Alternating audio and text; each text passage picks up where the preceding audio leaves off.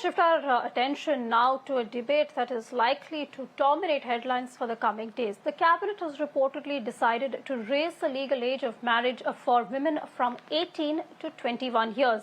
Now, with this, it will bring it on par with men. With this, there will be uniformity in the legal age, that is the minimum age at which you can get married.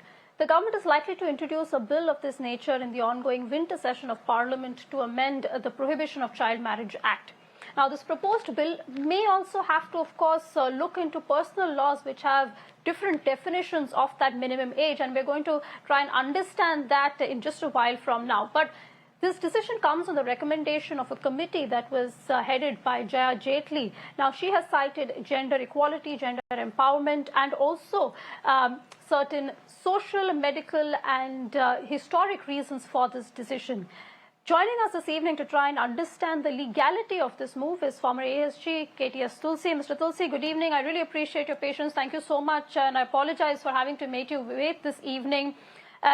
This is, of course, a very complicated issue in which legality, constitutionality, politics, religion, all of them are closely intertwined. I want to try and distill this down purely to the legal aspects of this and the legality of this proposed government move. There are inconsistencies in several laws when it comes to the minimum age for marriage, whether it is the Prohibition of Child Marriage Act or whether it comes to certain personal laws. Now, for that uniformity, it will not just be one law, but several which will have to go through amends. Can you just break that down for our viewers? See, by seeking to increase the legal age for marriage of girls, already in 2006, the age prescribed was 18 years. Now, even when the legal age was 18 years, there were 23.3% of women aged between 20 to 24 which married.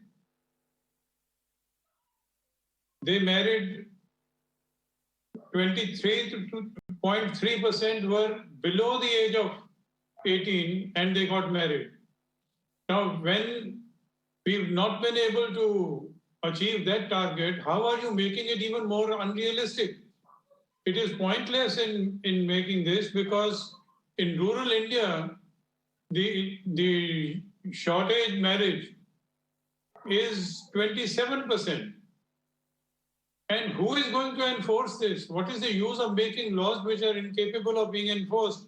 What the government should be doing is open up opportunities for education of young girls so that they can build a career, provide them jobs, improve the maternal mortality rate, improve infant mortality rate, and increase nutrition while these girls are studying in schools or colleges.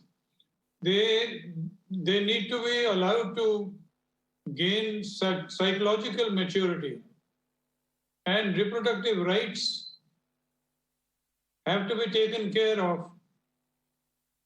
The age, I believe, was earlier increased from 15 to 18, and now it goes from 18 to 21, which means that maybe 50% of the marriages will be of younger girls.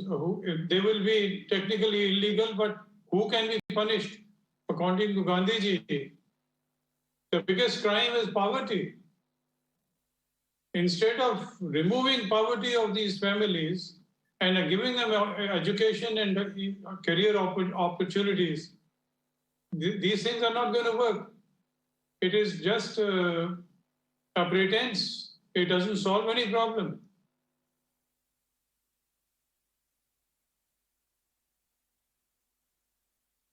Well, Mr. Tulsi, I understand, and you really have elucidated beautifully the several drawbacks, the several problems that are going to be there, and the several criticisms that are involved with this proposed change. But there is also the question of inconsistencies in law between personal laws and between the act or the age as prescribed currently. Even right now, when you look at the law as it currently stands, the minimum age for women when it comes to getting married, the minimum legal age is currently 18 as per the Prohibition of Child Marriage Act, as per the Special Marriage Act, as per the Hindu Act. But when it comes to personal laws, when it comes to Muslim personal laws, it is undefined. It's said after puberty. Now, when it comes to personal laws, when it comes to any amendments in the personal law, it's always a deeply controversial issue. But given the fact that the Supreme Court in the Triple Talaq judgment said that when personal law comes in conflict with public order, morality and health, it is a constitutional framework and the Constitution that will be supreme. In a case such as this, do you see that there is a problem with this inconsistency? And if not, say, raising it from 18 to 21, at least it should be uniform across the board. I don't think that is a problem because Prohibition of Child Marriage Amendment Bill to 2021 itself amends the provision which was there in 2006. And this law which says Prohibition of Child Marriage Act, the previous act, Prohibition of Child Marriage Act of 2006, it prescribed the age of 18.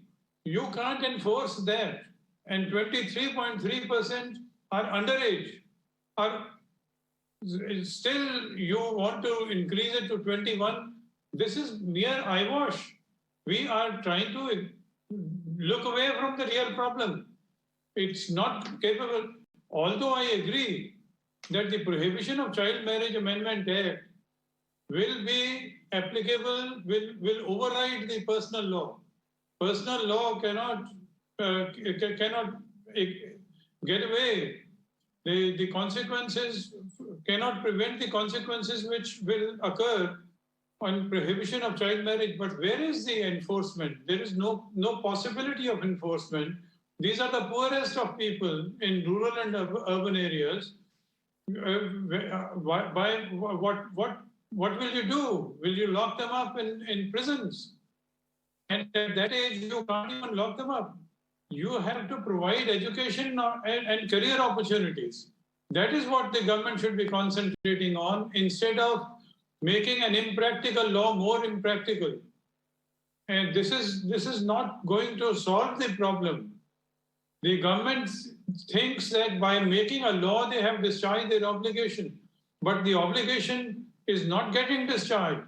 The discharge of that obligation is becoming more difficult by this law, by this amendment. So I really think that the government should realize that this is a complex issue and rough and ready solutions are not going to work.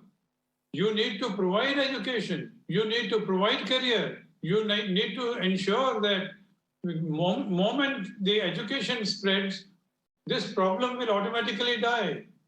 Mere possibility of a confrontation between the personal law and the child prohibition law, I don't think that that is reality. There is no enforcement worth the name at any level with regard to underage marriages. That's the problem.